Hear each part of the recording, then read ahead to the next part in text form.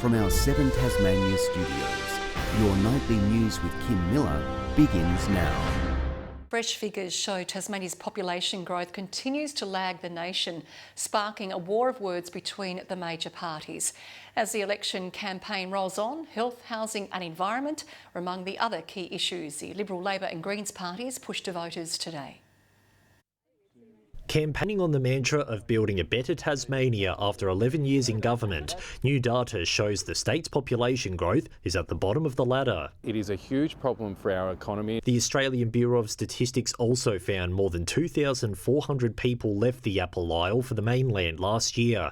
The opposition claims we've now seen 11 straight quarters of negative interstate migration. That's Tasmanians who would be homeowners, they have families, they contribute their skills to the economy. Our population has grown enormously over the course of the last decade. We have a very clear population strategy around investing, encouraging people to live, to work and to raise their family here. Labor looking to make their mark on housing policy, backing the Brighton Council's vision for an 800-home precinct, promising $400,000 for early planning.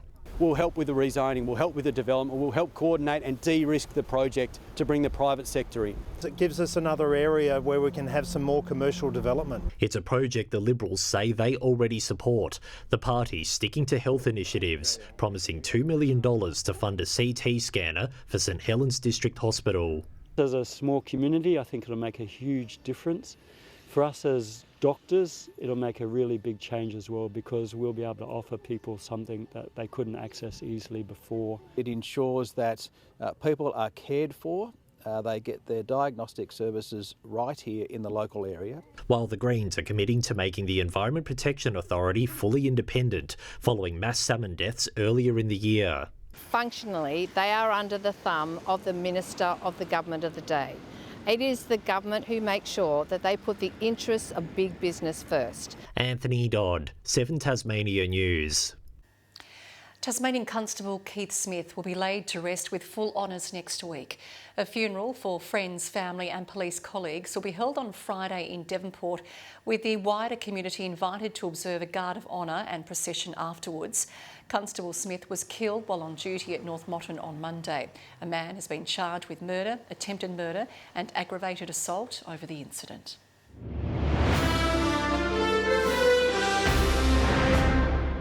Investigators are looking into the cause of a fire which broke out inside a unit in Devonport this morning. Emergency services were called to the apartment block on Stewart Street shortly before 10 to find smoke billowing from the home. The road was closed for over an hour while firefighters worked to extinguish the flames.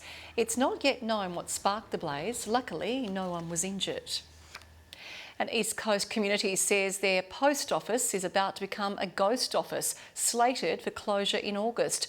The race is now on to find somebody to take over the business and a slice of Tasmanian heritage. In 1831, King William IV ruled England, the first steam railroad opened in the US, Charles Darwin finished university, and the first letter was sent from the Fingal post office. Nearly 2 centuries later, a trip here to collect the mail is a daily ritual for hundreds of locals. But it's on the brink of closure, with 2 months left until the doors shut for good. To take it away, I mean, it's like as if the internet disappeared. You know, it is the real world internet for this town. It's an essential service and we really can't do without it. Since the previous licensee pulled out last year, Australia Post has been staffing the office as an interim measure while struggling to find somebody willing to take it over. The only alternative is a 40-kilometre round trip to St Mary's, and residents are now fighting tooth and nail to keep their mail and all the other services that go with it. We do our banking, we pay our bills. If you lose that, they've got to catch a bus and go either to Avoca or St Mary's, pick up their mail and go and pay a bill. And so many people don't always have transport. Australia Post has just started talks with someone it hopes can take over running the post office. Locals here say it would be a great investment for a savvy small business. You can have a little antique shop there, you can have a little second-hand shop there, a little co-op, whatever. A lot of people stop there because it's a historic building. And if you had an added interest in it, people walk in. Nick Kelly, 7 Tasmania News. Well, thousands of Tasmanians have bared their legs, embracing a chilly challenge for mental health awareness. Speak Up, Stay Chatty's short stay is now in its 5th edition, with the number of participants daring to don shorts soaring each year. It's not your usual leg day. Short stay!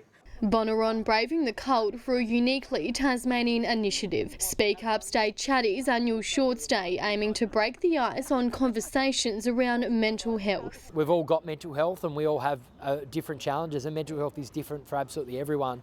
These sanctuary workers among more than 22,000 Tasmanians shedding their winter woolies, showing how a little discomfort can lead to a discussion. At this time of the year we do get some pretty cold days out here, so yeah, the team members do love to support the cause and show off their legs. So we like to think that colourful shorts and wearing shorts on a cold day sparks that chat. Why are you doing that for mental health? Let's talk about mental health, and hopefully that leads to some really positive conversations. From schools and hospitals, many braved the elements, while Bonaron's wombat, Bessie, wasn't quite brave enough to bear rule. The little pseudo pouch that she's in today, which as you can see, it's quite lovely and warm. The initiative aiming to encourage communities and workplaces to feel comfortable sharing when they are struggling. Mental health awareness is really important.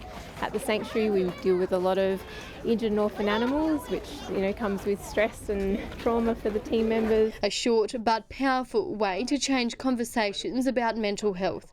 Rebecca Gaidaneris at 7 Tasmania News. Launceston residents are the latest to learn their fate on council rates, hit with a 5.7% hike.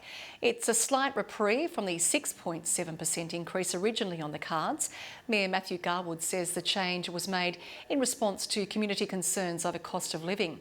The council has forecast a budget deficit for next financial year, but does claim it's modest and manageable. The cream of Tasmania's choral singers are warming up their vocal cords ahead of the 20th Festival of Voices. The staple calendar event aims to showcase up-and-coming talent while also drowning out the winter chill with a barrage of tunes.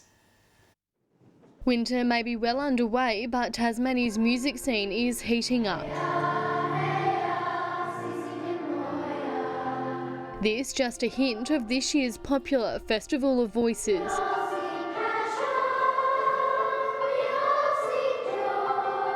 These students among hundreds preparing to shine for 2 nights of choral music. There's actually probably closer to 600 young people performing from around Tasmania, and with a couple of guest interstate choirs as well.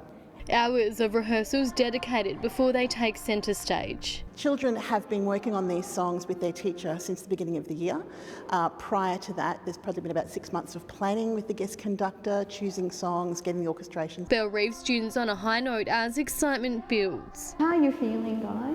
You're pretty good? Yeah. Really the most amazing way for them to grow in their musicality and their singing. Singing is just my biggest hobby. It's kind of like an adrenaline rush. The festival in its 20th year still attracting many budding singers. We keep it fresh for the kids by introducing new conductors, new songs to sing, and of course some of those children come back year after year. We've got some students that come who've never done it before. The concert hoping to showcase Tasmania's choral talent and foster new and upcoming stars. My dream's always to be a pop star, so I thought joining the choir might help that. They'll grace the stage June 27.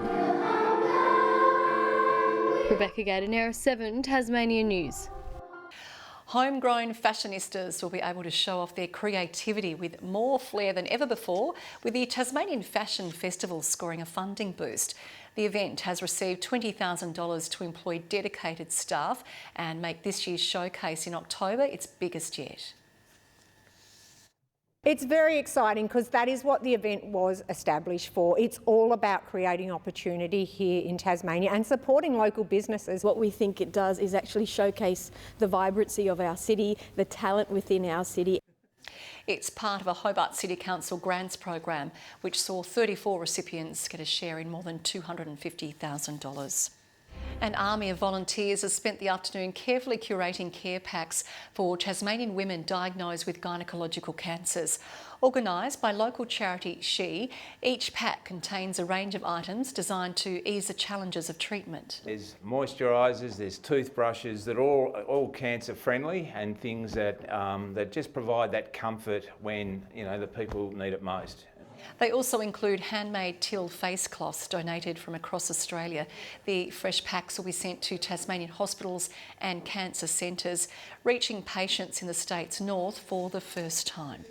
An energetic seal has been caught on camera making a mad dash for the water at Kingston Beach. The seal, not Neil, was spotted happily galumphing towards the waves for an early morning dip, stopping dog walkers in their tracks this morning.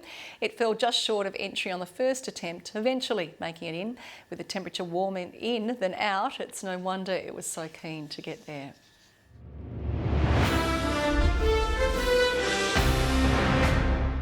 Could the Hurricanes not only go back-to-back but seal the BBL double this season? Well, the club's confident as it's ever been after a successful haul at the international player draft, feeling like it's got the right combination for a stellar season. They might have had a successful night at the draft, but the Canes would rather hit the open market with a fistful of contracts. If they turn around and say to us next year that we're going to lose the draft, I don't think there'll be too many complaints. After exercising their retention pick for star pom Chris Jordan in the first round, next on the list, Bangladeshi leg spinner Rashad Hossain. They also chose last year but wasn't released from national duties. He's what we would say is an attacking leg spinner, and that was really important to us. We want someone who's going to attack the stumps. English bowling all-rounder Rayan Ahmed rounding out the internationals as the Canes eye off back-to-back titles. We've got Mitch Owen bowling well in America right now, and we've got Bo who can play that seamer role as well. So we just feel that we've got all bases covered now. With Lizelle Lee now considered a local, it's opened up a world of opportunities in the women's draft. First pick, Nat Skyver Brunt, an international level all-rounder the boss knows quite well. I coached her for a very long time. I played cricket with her partner. I went to the wedding. We worked out that English players would have full availability this year. Also choosing fellow Englishwoman Lindsay Smith, while Danny Wyatt-Hodge returns as a retention pick. She is a great player, very dynamic at the top. I think for her, she would want to be a bit more consistent, and obviously so do we. But she suits Lizzie Lee very well. And the full NBL schedule's now been released, and the Jackies season begins on September 18 with a home game against Melbourne United before road games against Perth and reigning premiers Illawarra Hawks. Tasmania hosts 16 home games this season, including 2 extras for the new Ignite Cup. Yeah, can't wait for that to start again, Kim. Better dust off the jumper. Thank you, Nick. Well, stay with us. Your weekend weather forecast is coming up next with Merv.